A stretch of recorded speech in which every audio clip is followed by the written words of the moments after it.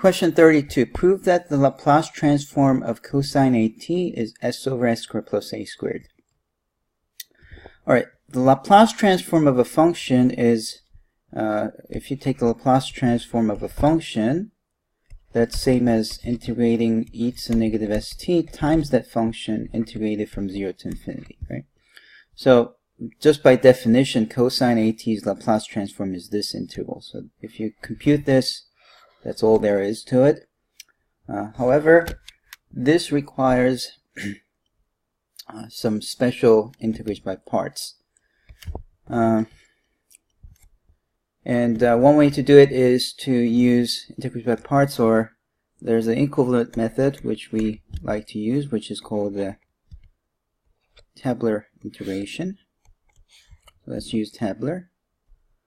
And we put e to the negative st here, and then cosine AT here. This one you have to differentiate. So if you differentiate cosine AT, that's negative a sine AT. And you differentiate again, that's negative a squared cosine AT. And usually you hit 0 at some point, and that's when you stop, right? But this one, it never becomes 0, so you have to know when to stop. And the right place to hit, the right place to stop is at the third row for this problem. When you have exponential function times a trig function, you stop at the third row. That's something that you just have to remember. Now integrating this gives you negative 1 over s e to the negative st. Integrating this yet again gives you 1 over s squared e to the negative st. Every time you integrate, you get 1 over s with the minus sign multiplied. And it's plus minus plus.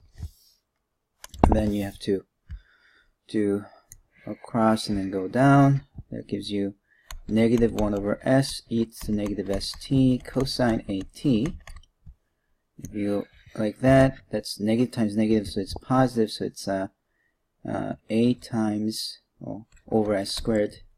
1 over s squared times a is a over s squared, and then e to the negative st sine AT.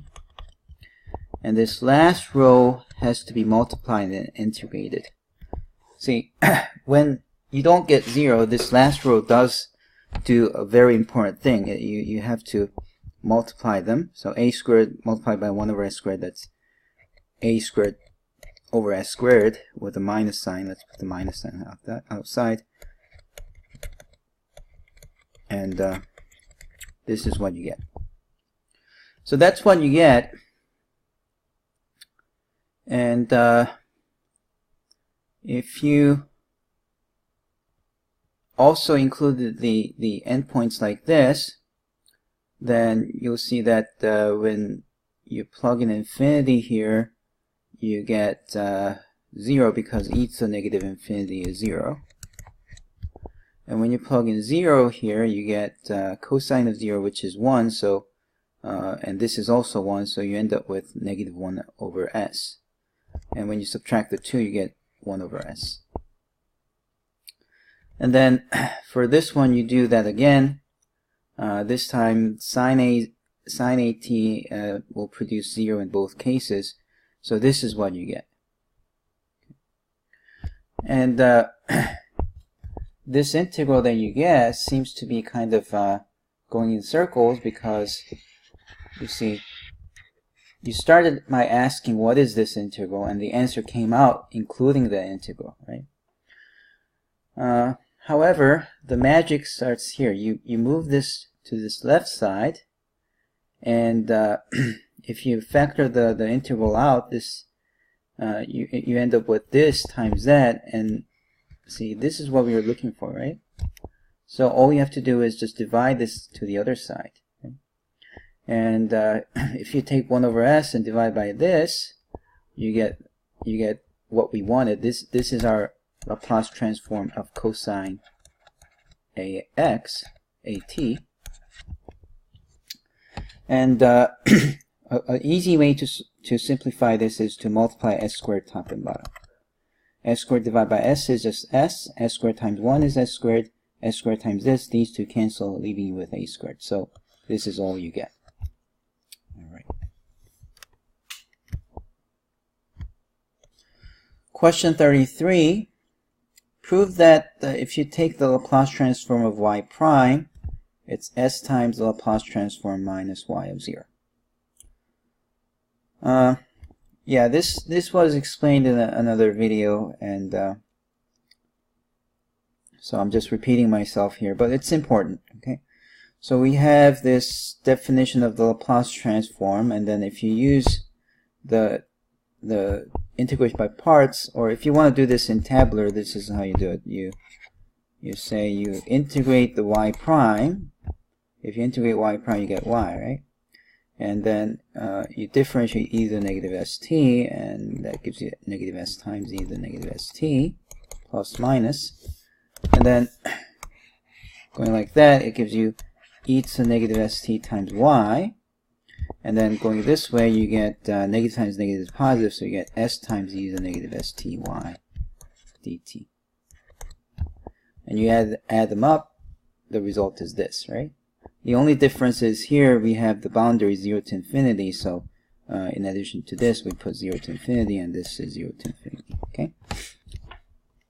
So you get this result either by using integration by parts or using the tabular like this. And here, when you plug it in infinity, you get, because of this e to the negative infinity, it becomes 0, so that goes away. When you plug in 0, you get y of 0, e to the 0th power is 1, so you get 0 minus y of 0, which gives you negative y of 0. And then for this one, we have the s here, but s is independent of this integration by t, so s is considered as a constant, so you can bring it outside. That's what I did over here. And if you look at what you have inside here, that's exactly the Laplace transform of y of t, right? So that's it. That's the solution of this. Now, it says here that to prove that Laplace transform of y double prime is s squared ys minus sy0 minus y prime of 0. And it says you can use part A. Well, think about y double prime as y prime's prime, okay? And then replace y as y prime. So if you replace this y by y prime, you get y double prime as we wanted here. And then this will be replaced by y prime, so you get this, okay? So this is what you get if you just apply the first formula to the function y prime rather than y. So instead of y, we put y prime, and this is what you get. But then what is this? That's the Laplace transform of y prime, which we already have, right? We know that it's this one. So we can replace this L of y prime by this, and if you simplify, and that's it. So it's actually pretty simple. You just have to remember the only tricky part is this part right here. Okay, here find the Laplace inversion where the denominator can be factored into linear terms like this. In that case, you need to do partial fraction expansion, right? So you write like this, and you multiply this to this other side. Then when this gets multiplied to this one, s minus 1 and s minus 1 cancels, and you're left with s plus 2 multiplied, okay? So if you have a over s minus 1, and you multiply s minus 1 times s plus 2, these cancel, leaving you with this, okay? And then b over s plus 2, and if you multiply s minus 1, s plus 2, then these cancel, leaving you with s minus 1. So that's what you get on the right side. And if you multiply s minus 1, s plus 2 on the left side, they both cancel, leaving you with 3 on the left side. So you have this equation, which is equation between functions of s, meaning that you can plug in whatever into s and both sides should still be equal. So I choose s equal to 1. Why do you choose 1? Because if you choose 1, 1 minus 1 is 0, and you don't get any b at all. You just get a by itself. And 1 plus 2 is 3. 3 times a is equal to 3 on the left side, so you get a equal to 1. And then you choose s as negative 2 here, because if you put negative 2 here, negative 2 plus 2 is 0, so that goes away, and you just have b times negative 3 equal to 3, giving you b equal to negative 1. Now if you plug in these values back in here, this is what you're getting. You're getting that this is algebraically same as this. b b is -1, a is 1, right? And that means I can just take the Laplace inversion of this one and that one. And if you look at the Laplace transform of e to the at, because that's equal to s1 over s minus a, if you have -1, that means a is 1. That's why you get this. And then, that's a mistake here. Okay, sorry, this should be 1. That should be 1. Okay, so the correct answer is e to the t and e to the -2t. Okay. Now find the Laplace inversion of this. This time the denominator cannot be factored. In that case, you have to complete the square. How do you complete the square? You first take the half of this 4, which is 2, and write it as a completed square form. And then you ask, plus what should equal to this thing in the denominator? Well, 2 squared is 4. 4 plus 9 gives you 13, so it must be 9. And you rewrite 9 as 3 squared, and this is what you get. That's a completed square. And once you have completed a square, then you want to write this as, once you have the completed square form, then you want to write it as a times s plus 2 plus b times 3. Okay.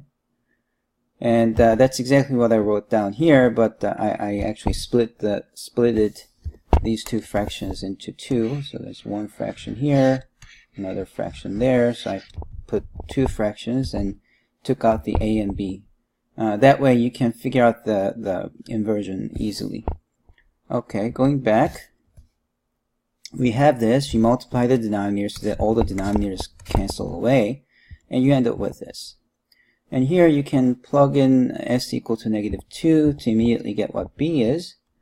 And also, if you expand the right side, you get as equals to 2s. 2s and as should equal, so a is equal to 2. Right. Another way to get the same thing is you can also just plug in 0 both sides, and that would be another way to get a. Either way, you can get this value a equals to 2. And that's what you get. You get 2 here and 5 over 3 here.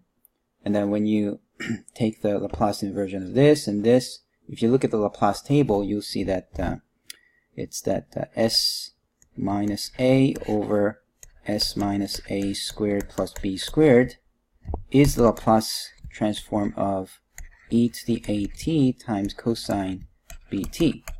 So using this, you know that this came from a being -2 and b equals to 3, and that's how you get this. And there's another similar one for, let's see, it's b over s squared plus, b over s minus a squared plus b squared. That's equal to the Laplace transform of e to the at sine bt. And therefore, with 3 here and 3 there, that's b and b. So that's your b. And then minus a is plus 2, so negative a is plus 2. That means a is -2, so that's the Laplace inversion. So keep in mind there are 2 different methods for taking the Laplace inversion when the denominator is a quadratic function. If you can factor this, you have to split it into 2 fractions. If you can't factor it, then you have to do this completing the square thingy, and then you have to put it into 2 parts. Okay, number 35. Now let's actually see how to use this to solve a differential equation. Okay, so you're given this differential equation, and you have to know how to solve it by using the Laplace transform. We used these formulas that we just proved. This y double prime, if you take the Laplace transform, right? If you take the Laplace transform of left and right, this one, y double prime becomes s squared ys minus sy0 minus y prime 0. Y prime's Laplace transform is sys minus y0, but because this entire thing is replacing y prime, you really need this parenthesis. I think a lot of people forget this parenthesis and get the answer wrong, so don't forget this parenthesis. And then 9y, if you take the Laplace transform, this is what you get. And the convention here is that you use the Laplace transform of the lowercase function, and you denote it by the capital of that thing. So that's what this means, okay? Alright, so you get this on the left. On the right side, because e to the 1x has the Laplace transform 1 over s minus a, this is what you get. Okay? Now, one thing that you may not like here is that this is a function of x, right?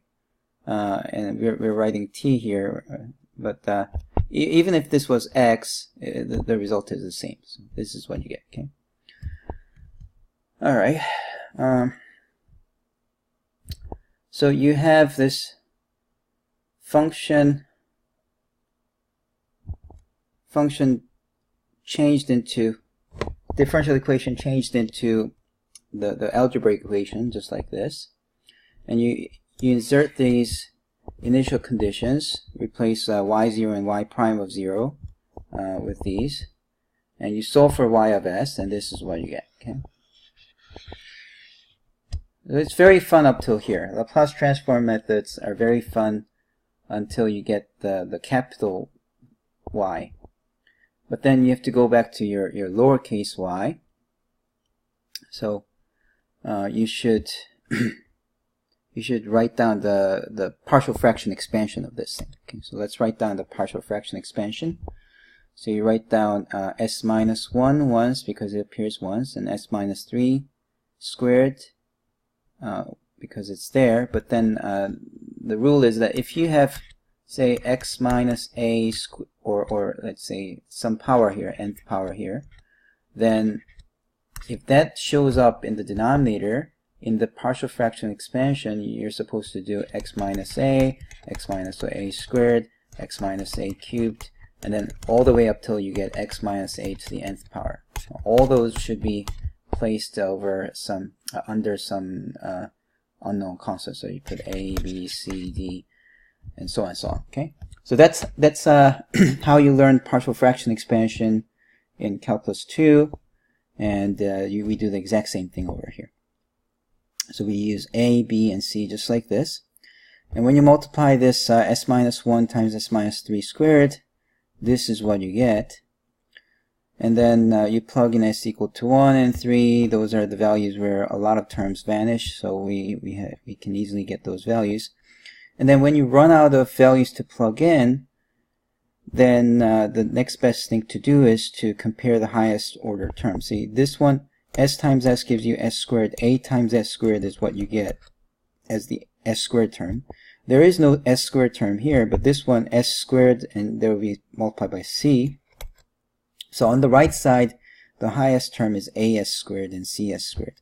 On the left side, s times s gives you s squared. And therefore, s squared and as squared plus c squared, cs squared should equal, because these two sides should be equal as functions. That means if you organize them in the powers of s, then the corresponding terms should be equal to each other. So s squared terms should be equal to each other, and this is what you get. If you divide by s squared, you get 1 equals to a plus c, and that easily gives you a equals to negative 1 by using the previous value of c. And then here you get y of s as these, and then you have to just hunt for these terms in the Laplace table. I guess these are familiar, but this one, it's if you have x to the n and e to the at, if you take the Laplace transform of this, this is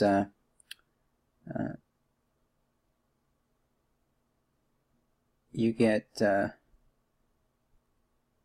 n factorial over x minus a to the n plus 1. Okay, so that should be in your table somewhere. Okay, and because of that, we see that n is 1 here. Right. So n is 1 so that it matches with this. So n is 1. And then a is 3, so this is this. So you should have t to the first power e to the 3t, t to the first power e to the 3t as the Laplace inversion of this. Now, this shouldn't be written as a solution because, as you can see here, it's a function of x. This one says it's a function of x. So we have to go one step further and write down the y of x as a function of x.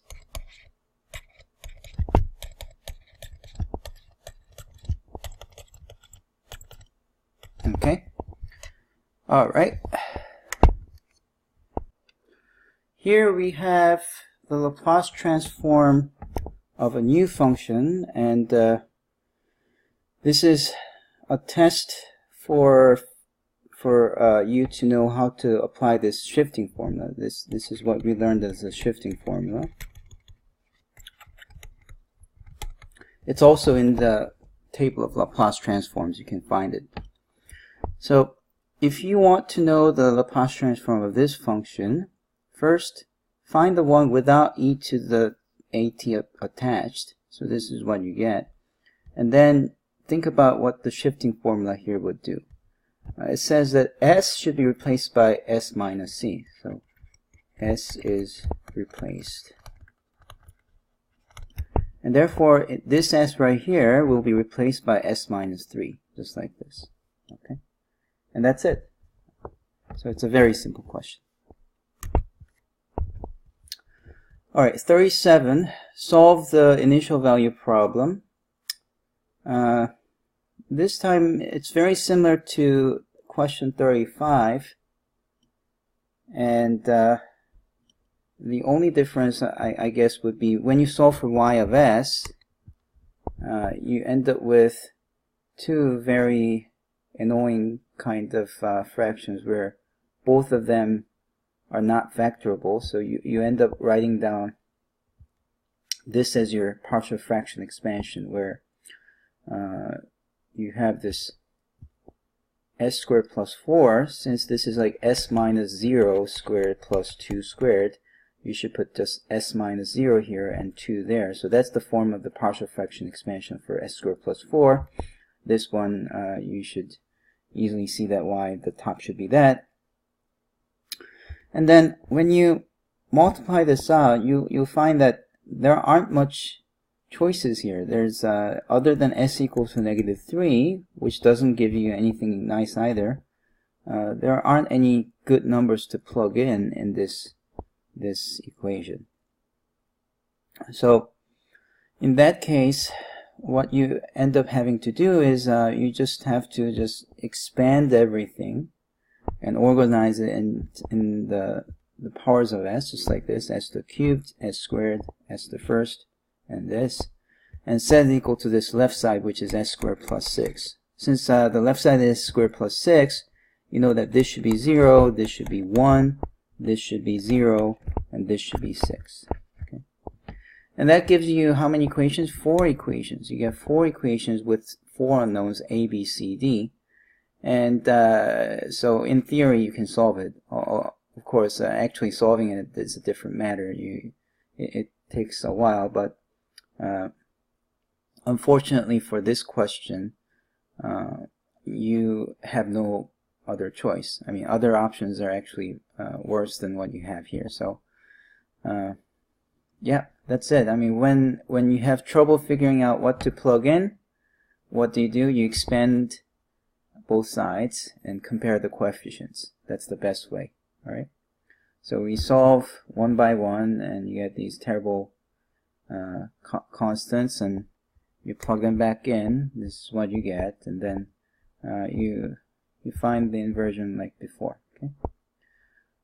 I think if you were to solve this using this, so if you were given this and you were to solve using method of undetermined coefficients, I think it will be about the same amount of effort trying to take the method of undetermined coefficients to find a particular solution, and then you add the complementary to get the general solution, and also matching the initial conditions.